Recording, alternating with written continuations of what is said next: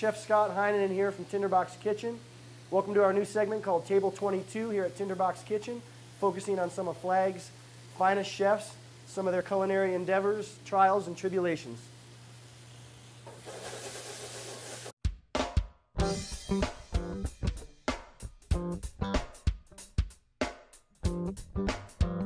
Morning, guys. Welcome to Table 22. I'm Scott Heinonen of Tinderbox Kitchen, sitting here with Brenda Felsings of Traditions Catering.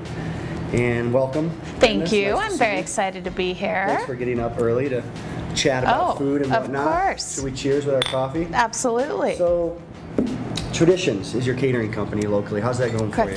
Fabulous. Very busy. I have a lot of wonderful clients and staff, and I really enjoy it. Okay, let's back up a little bit. Now, you've been in town. How long have you had Traditions, and what brought you to Flag? And what were you doing before you came to Flag? Well, I've had Traditions for about 5 years. I've been in Flagstaff for about 7. And, you know, we just were looking for a different place to live. We lived in Nebraska. I wasn't real crazy about it. You don't like tornadoes? Well, tornadoes, rain, wind that sticks to you, all that kind of thing. Mosquitoes the size of helicopters. Yeah, go figure. But we had chiropractic clinics for a number of years that I ran, and I really loved cooking and just wanted to do something completely different. Cool. Well, you know, it's interesting. I was talking to somebody last night, and I would imagine it was a drastic change, kind of an awakening, because people that don't have a lot of history in the business and decide it's something they want to do, they've either been misled or they're not ready for the work that goes with it. So tell me a little bit about when you first started the company. I know it's a challenge. It's challenging catering anyway, lugging food from A to Z and everything in between. I mean, it's challenging enough just feeding people at a restaurant, but to do it at different premises, that's got to be a challenge. So initially, what were some of the challenges, and just day to day and learning how to cook? And I would imagine you're self-taught for the most part. Yes, I am self-taught. I actually wanted something that I had control over my schedule and could make decent money at, and I bought a mobile kitchen, and I thought going around to festivals and that type of thing was a fabulous idea, and that I would do some catering on the side for friends or whatever. Right. And it turned out to be the exact opposite. The catering was much more profitable than the festival business. Was a huge crapshoot. Yeah. And it was exhausting and even more work than catering. Right. And I was really super nervous to start, but I was confident in my cooking and my nature of just being a very hospitable person. I never noticed that about you.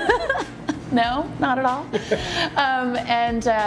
So I kind of moved into that, and pretty soon I was feeding, you know, hundreds of people, and each time I guess that I kind of increased my capacity. It's a secret that a lot of these things I've never done before. Can you feed 425 people outside? Sure I can. Absolutely. I've done it 10 times. Well, I think there's a lot of that. So, you know, just increased my capacity, and so far it's been very good to me. Good. Now you got a new venture you're working on as of a few months ago. Burrito Burger. I do. Tell me a little bit about that and the idea behind it and how it's going. I'm sorry I haven't been in yet. Oh, you will be, and then you'll be back again and again. I keep hearing good things, so tell me a little bit about that. Well, Burrito Burger actually was the same menu that I sold off of my trailer with the festivals. Okay. And in New Mexico, they have, I call it New Mexican comfort food, and in the restaurants, they have these things called tortilla burgers or Mexican burgers, and it's a hamburger patty with roasted peeled green chili, cheese, and it's wrapped in a tortilla. Absolutely delicious. And then I make my own pork verde stew that we serve on French fries and some things like that. Sure. And so it appeals to the general public. It's not real hot and spicy. Grub. Good grub. It's a hangover food, if you will. You stole my niche. That's what people ask me sometimes about the food here, and it's like, well, it's kind of like comfort food meets hangover cuisine. Exactly. And, but sometimes that's what people want. Yeah. You know, so there's a time and place for every type of food. Oh, totally. So yeah, we give out pillows and blankies with our double. People need a nap. Exactly. But so far it's gone very, very well. people come back time after time after time, and it's just something different. You know, my little restaurant is about the size of the old Satchmo. two of these tables put together, and less space to clean. Well, that's true. And you know, after working off my trailer, I looked at a spot like that and was like, oh yeah, this is way big. We have tons of room. I'm speaking of catering. I did a catering once on a boat, like a pretty small boat. How'd that go? And it was fun. You know, you just get used to kind of rocking back. Oh man, stuff. Yikes! But and I have a small kitchen here too. Well, I don't know. I haven't seen yours, but well, I'm glad that's going well for you. What's next then?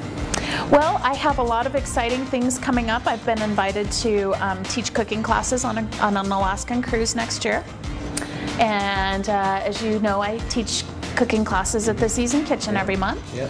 And I just did my first podcast for a little show called Neophyte, which sells, it reviews products. They're moving into reviewing kitchen products. They usually do technology.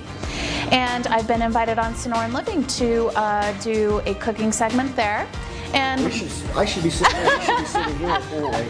Well, you know, sometimes you feel like you do all these things and don't get a lot of traction, and then when little things like that happen, it feels really good. Absolutely. So I'm excited. I mean, you know, and you got to put yourself out there to a certain extent. Nobody else, yeah. I always tell people nobody else is going to toot your horn for you. You got to do, especially in this day and age. So let's talk a little bit about kitchen. Let's talk a little bit about food. You just talked about promoting some kitchen tools. Mm-hmm. What's one of your go-to kitchen tools that you're always keeping in reach, or you know, whether it's a favorite knife or a pan or what have you? This sounds like the simplest thing in the whole world, but it's my juicer. Just one of the crank juicers, because I'm using citrus in almost anything that I make. Lemon, lime. Like a press or a hand? It's a hand press. And I find myself using that all the time. I know it sounds really simple, but I always ask people that because it's fun to, you know. Yeah, well, you don't have to plug it in, so. Along the lines of Burrito Burger, what are you going to franchise this thing? What do you think? Yes, I'm really hoping to, and that's what. I might need a job. I might need a job here soon. Come on now. I've got a whole slew of spatulas back there. Oh, you know what? I went into your new bar the other night. It was very impressive. I don't think you're going anywhere. Was I not there?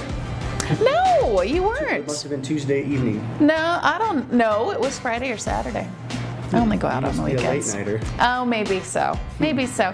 But yeah, it's beautiful, and I really liked it. But as far as Burrito Burger is concerned, absolutely, that was my intention from the beginning. And I had the restaurant bug, as so many chefs do. And I thought either I'm going to hate it, and this will be a cheap way to get it out of my system without losing my house, or it will, or you know, I'll really love it, and people will like it the way I hope they do, and it'll catch on.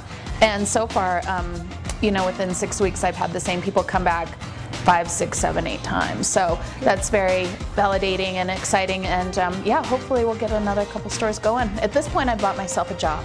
Good. Keep you in town. You don't have to go back to Nebraska, right? Exactly. Well, thanks for coming this morning. Thank you for having me. Nice to see you. Appreciate that very much. Good luck with everything. Thank you so much.